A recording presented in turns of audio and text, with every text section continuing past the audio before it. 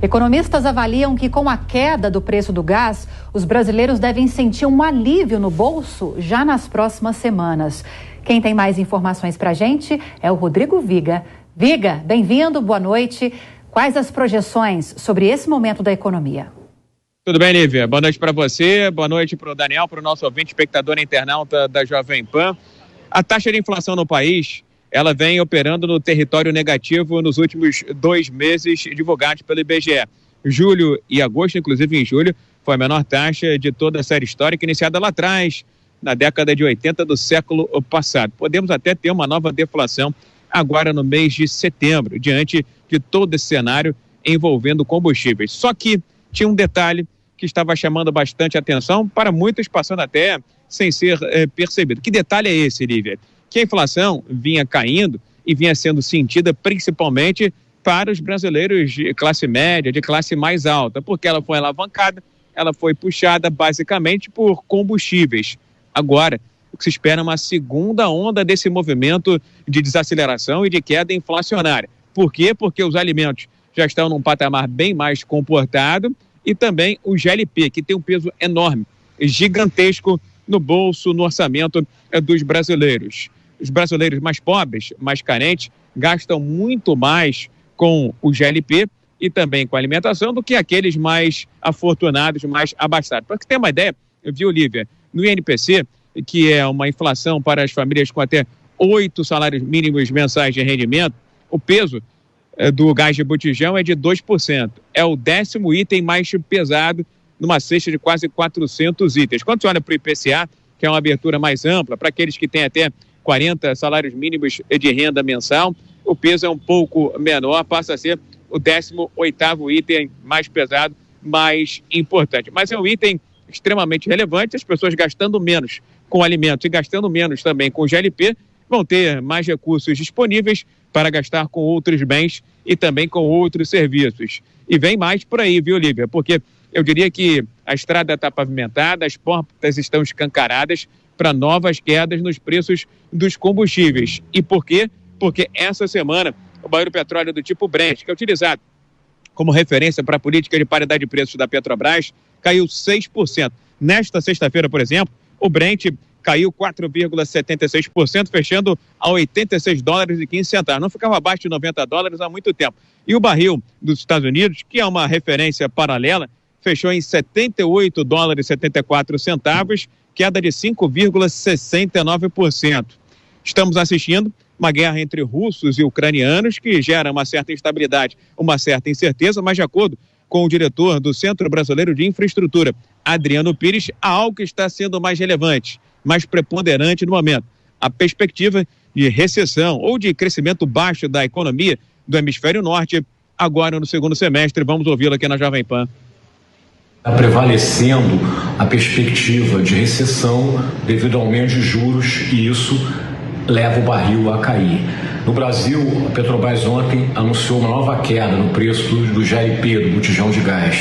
E com o petróleo, pela primeira vez em muitos meses, ficando abaixo de $90, a expectativa é que nas próximas semanas a Petrobras volte a anunciar queda de preço na gasolina, no diesel e no próprio GLP.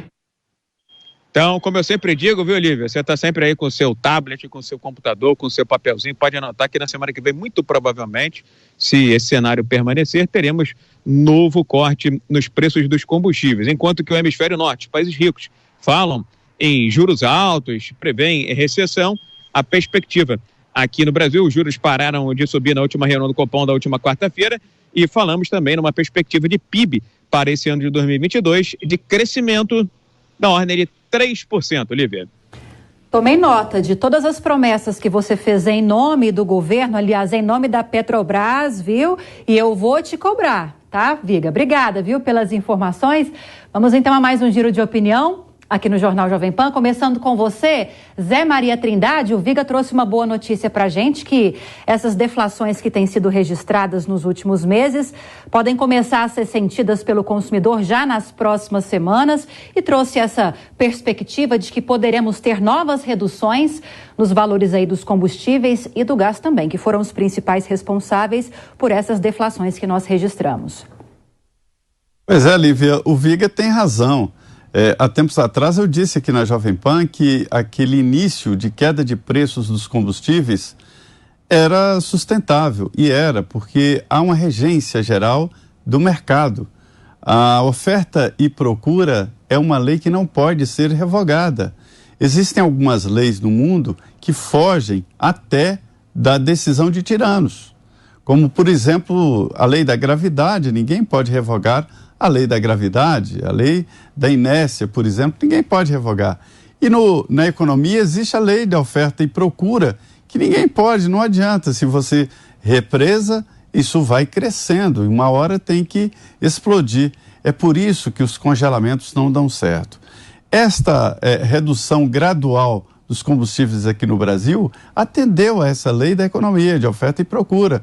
O petróleo está caindo, já caiu muito, né, no mercado internacional, e apesar do Brasil ser um grande produtor de petróleo, o Brasil é um dos maiores produtores de petróleo do mundo.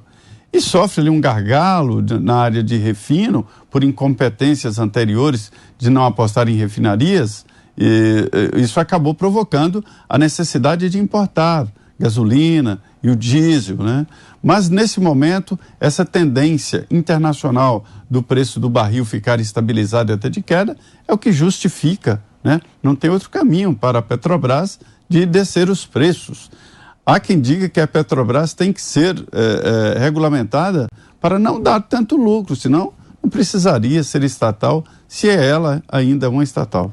Agora, Piperno, desde que Caio Paes de Andrade assumiu a estatal, a gente tem observado semana após semana o preço dos produtos da Petrobras caindo.